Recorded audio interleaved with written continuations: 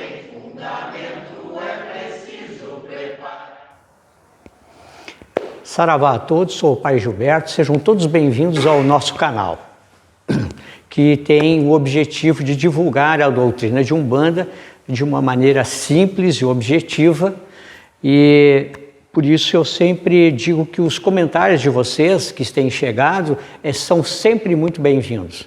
Não importa qual a raiz, não importa qual a visão, podem concordar, podem discordar. Eu sempre falo que a discordância faz parte do crescimento, desde que ela seja sempre de uma maneira respeitosa, como tem sido até aqui.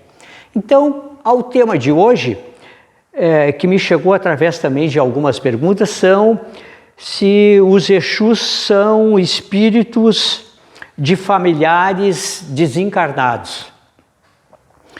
E uma outra pergunta também que tem um pouco de relação com isto é que se quando eu morrer eu posso me transformar num Exu, posso virar um Exu. Então nós vamos tratar desse tema hoje, referente a essas duas perguntas que elas, em determinado momento, elas convergem. Mas antes de iniciar propriamente dito, eu digo para vocês, coloquem lá o seu like, que é muito importante para nós, o like de vocês. E também se inscrevam no canal. E ao se inscreverem no canal, também se gostaram do vídeo, deram o seu like, compartilhem nas suas redes, no seu Facebook, no seu Instagram, seja qual rede que for, para que mais pessoas possam desfrutar desses conhecimentos da doutrina de Umbanda. Bem, então, respondendo a esse tema, se os Exus são familiares de desencarnados, são espíritos de familiares desencarnados. Vamos prestar bem atenção, porque eu sempre digo o seguinte, que nós temos que ter aquilo que a Aruanda sempre nos ensina, que é coerência. A coerência sempre nos leva a uma clareza daí de pensamento para que a gente possa tirar e separar do joio do trigo. Vejam bem, Exu não é o que muita gente pensa, ou que muita gente idealiza, ou muita gente pratica. Exu faz parte de uma vibração que é a Quimbanda, e ela profundamente tem as suas leis. Tanto é que Exu é o senhor do destino. É o executor kármico, senhor das encruzilhadas da vida. Então ele não é qualquer espírito, não. Então já com isso a gente pode, pela coerência, dizer que esse familiar, se ele vai ser Exu ou não, ele teria que ter toda essa valência de Exu. E isso é difícil de nós encontrarmos alguém assim que preenche essas condições. Por isso que eu digo que uma falange, uma vibração como de Exu, não é simplesmente, eu quero e vou participar. Não é assim. Fosse assim, é como se eu vou me associar a um clube ou alguma coisa, algo da minha preferência. Não, a pessoa tem que ser gabaritada para isso. São espíritos gabaritados.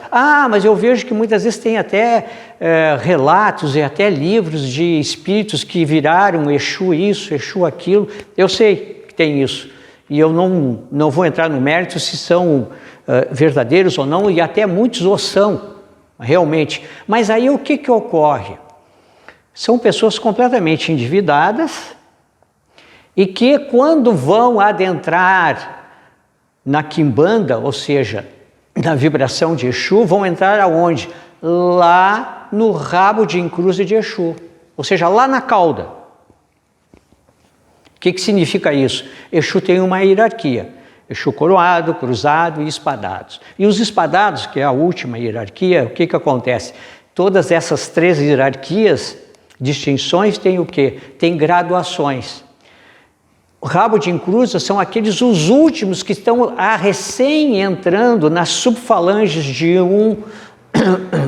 da vibração de Exu. Veja bem, subfalange para depois falange, depois grupamento, enfim. Há uma hierarquia que vai graduando justamente os Exus.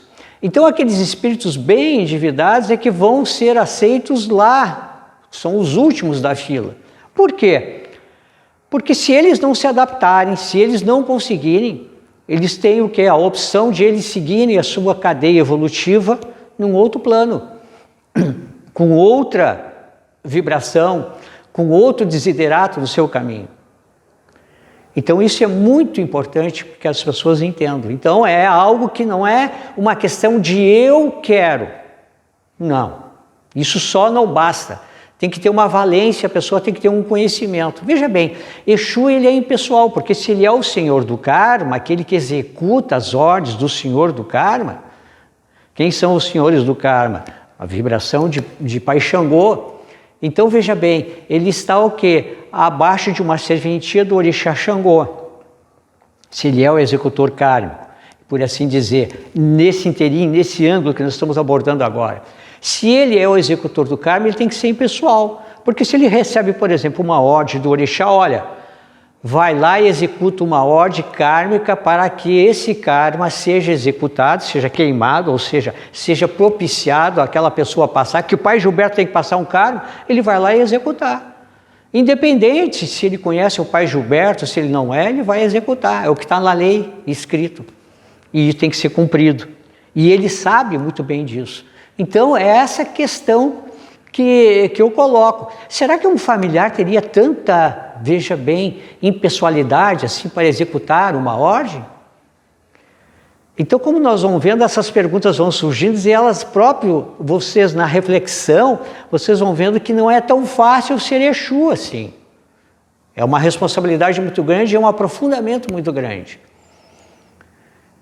Sem falar no contexto da contra-magia. Por que eu falo contra-magia? Porque Exu combate os magos negros, que é completamente diferente de feiticeiro, de alguém que promove magia de baixo escalão, aí, que é um encarnado aí, que praticamente não conhece profundamente o que é magia. Os magos negros conhecem. E para esse métier, os Exus, a comando, muitas vezes, de um preto velho, de um caboclo, que são o que? São aqueles enviados dos orixás, eles vão desmantelar, muitas vezes, organizações criminosas nesse sentido. E isso tem que ser mister. Tem que ter ciência. Então eu pergunto, será que um familiar, mesmo ele sendo até um bandista, ele sendo até um pai de terreiro, como eu sou, será que tem condições de fazer isso? De se tornar um Exu para fazer isso? Isso demanda muito tempo, demanda muita ciência, muito preparo, muito embate. Não é assim tão fácil. Então, veja bem, essa coerência de novo nos leva a dizer que é muito improvável que isso venha a ocorrer. Então nós temos que ter ciência de todas essas nuances do que é ser Exu. Para mim, ser Exu, porque muitas vezes a pessoa tem realmente uma afinidade muito grande com essa vibração de Exu, e isso não é errado, isso é natural, não, cada um. Mas ser um Exu, olha, é algo muito mais profundo. Os Exus, como assim os genuínos caboclos e preto velhos e crianças da Umbanda, os Exus que pertencem à vibração da Quimbanda, eles também têm os seus pontos riscados de atração e repulsão de energias. Então, eu pergunto, será que às vezes um familiar tem conhecimento de todo esse métier de atrair, por exemplo, elementares que vão fazer determinados serviços, determinadas funções dentro de um preceito que vai combater determinada magia?